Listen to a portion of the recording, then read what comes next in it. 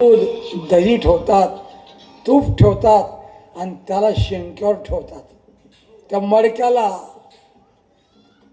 काही मडक्यांचा उपयोग मुलाचा संडास साफ करण्याकरता होतो.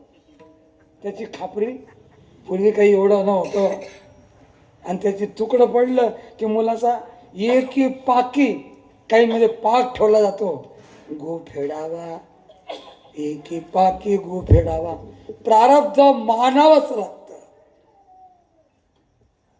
जर माणसाला जीवन दिसत नाहीये, संचित क्रियमान प्रारब्ध हे दिसत नाहीये, पण ज्या अर्थी तशा प्रकारचे भोग वगैरे प्राप्त होत आहेत त्या अर्थी हे मानावं लागतं.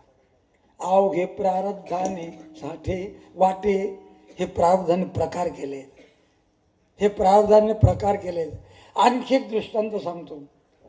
दिसत नाही म्हणून त्याला मानायचं नाही प्रारब्ध क्रियमानाला, असं नाहीये. महाराज माऊलींचा ज्ञानेश्वरीचा आहे.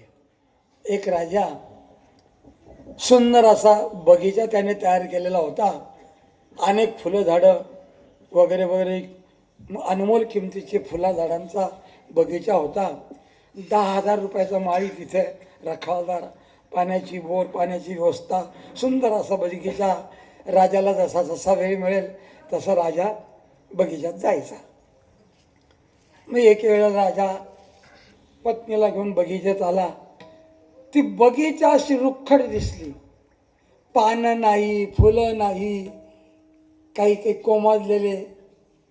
राजाने बोलवलं माळ्याला, म्हणे का रे तुला 10,000 रुपये, आपल्याला बोरला पाणी आहे, सर्व गोष्ट असताना हे आपलं बगीचा असा रुखट कसा दिसतं रे. म्हणजे फुलं नाही, पानं नाही, टवटवी नाही, बसावं असं वाटत नाही. माळे म्हणला, मला राजेसाहेब तुम्ही जरा चुकीच्या महिन्यात आले म्हणे. तुमचा येण्याचा जो कालावधी होता ना तो चुकला. म्हणून केव्हा यायला पाहिजे होतं बगीचात?